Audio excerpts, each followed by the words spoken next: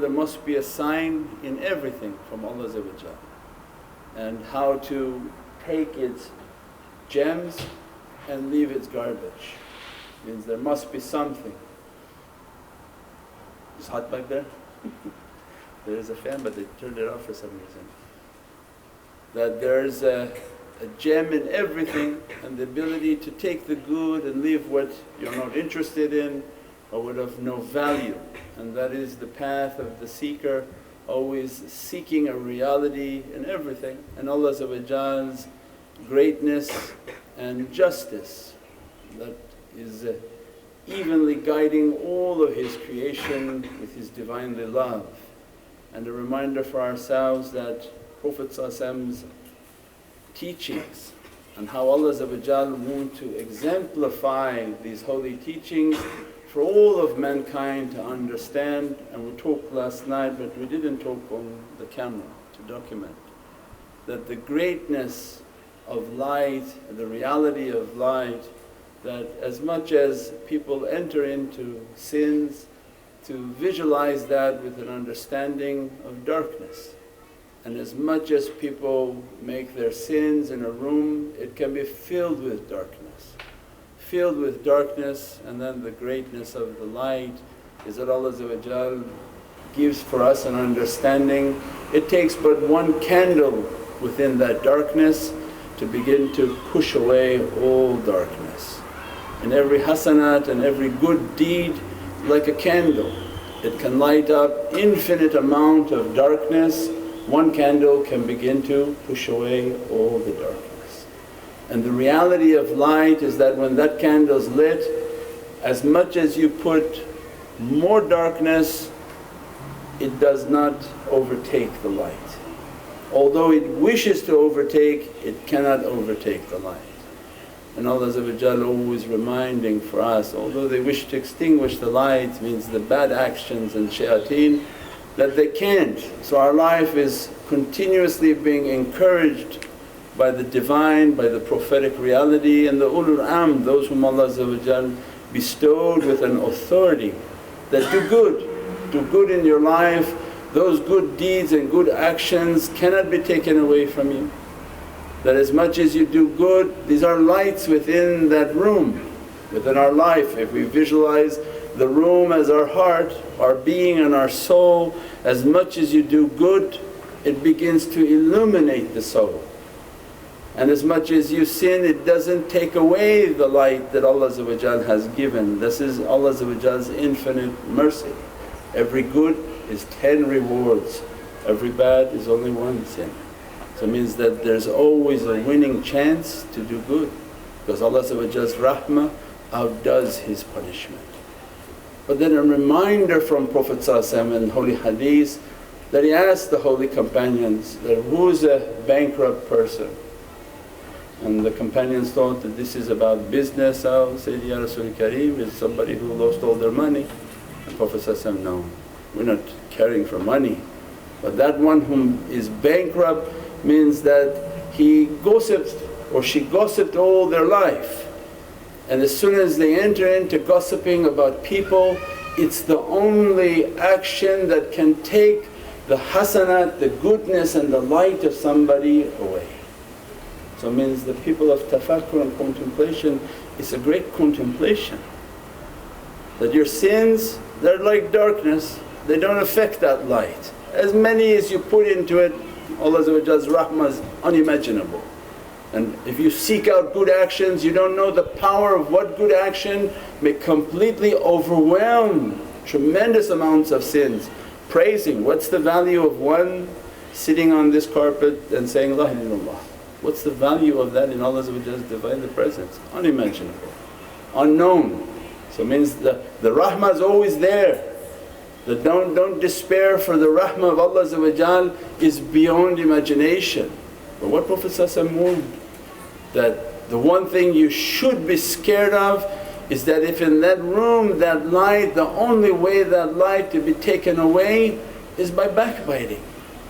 As soon as you backbite somebody, Allah takes that light away and puts it into that person's account, and takes their darkness and puts it into your account.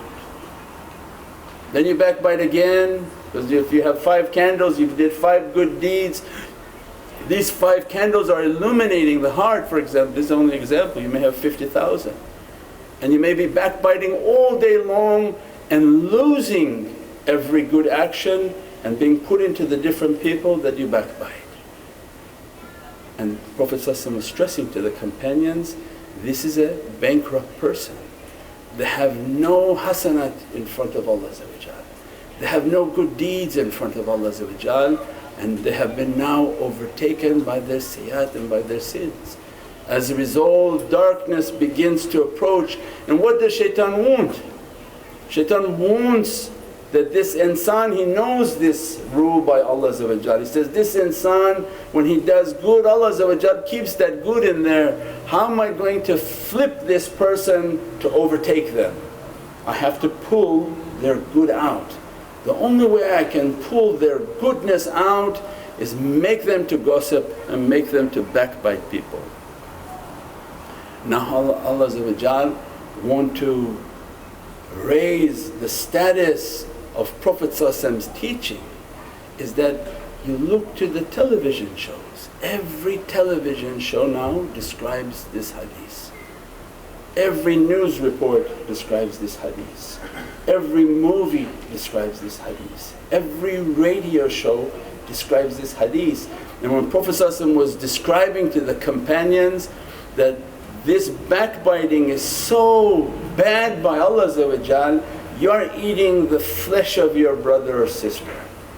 And somebody began to vomit and raw meat was coming out of their mouth, and Prophet was showing, you see this what's coming from their mouth? Do you wish to eat the flesh of your brother and sister? Is what Allah holding into that account, that it pulls all your bad character and makes you to be a flesh eater. So that's not something small, because people who have contemplation, that's the only thing we have on television now. Every show is about gossiping. Every and entertainment tonight and this and that, every television show is about gossiping, backbiting somebody, every radio station about backbiting, every campaign now about backbiting. Everywhere you look, because Shaytan said, I'm going to come and attack in front of you, to the right of you, to the left of you, behind you, above you and below you, means everywhere you look is backbiting. And as a result, every movie that comes out now has somebody eating someone. Every zombie movie, every Walking Dead movie that's coming out, why Allah is showing that? Shaitan making the movie, but always remember Allah says they plan, shayateen plan, but Allah's plan is much more supreme. They think they're making a movie and they know what shaitan is making those types of movies. But Allah also wants for the believer that, do you see the signs? Are you ignoring these signs? This is the noble hadith and the noble teachings of Sayyidina Muhammad, and around you are you not seeing these movies? That these you think they're to be human, but they are no longer human, they are flesh eating people. They are carrying the characteristics of a flesh eater. Why? Because their whole life is about gossiping. They find no entertainment in their own life and only wish to talk about someone else's life. And that's the danger and that's the sickness. And everybody engages within it. It's like a contagious disease. As soon as you sit with somebody they begin to gossip. Everybody involved in listening to that, partaking upon that is now involved in that gossip, and those good deeds taken away, because shaitan wants all the good deeds taken away so that he can occupy the servant and make a demonic possession and a negative energy to enter into that servant, until the day in which on this earth you will see those who walk and eat people. Because every reality has its manifestation. So when Allah is showing these realities on television and on movies, for the believers and those who are trying to purify, and we're talking about all belief, anyone trying to purify themselves and rid themselves of bad characteristics, they're sitting and watching that this is amazing, it's horrific. Then why are you seeing so much of this everywhere? And what Allah wants for us to understand, that these are the bad characteristics. Seek a path in life in which you rid yourself of these characteristics. Rid yourself of all this negative energy and wake up to the fact that Shaytan is clearly attacking insan. And that when he can't enter into the person because of the light and the power within their heart, he has to pull the light of that person out by these bad actions and bad characteristics. We pray that Allah in these days of difficulty protect us.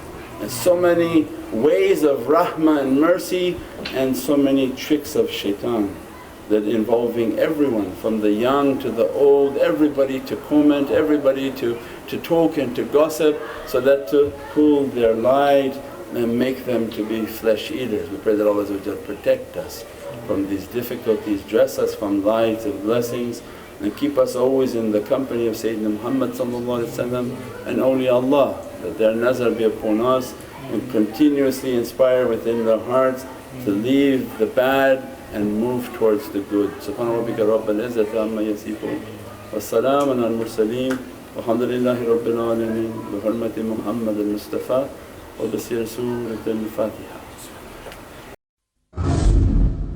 سيدنا النبي سيدنا النبي سيدنا النبي سيدنا النبي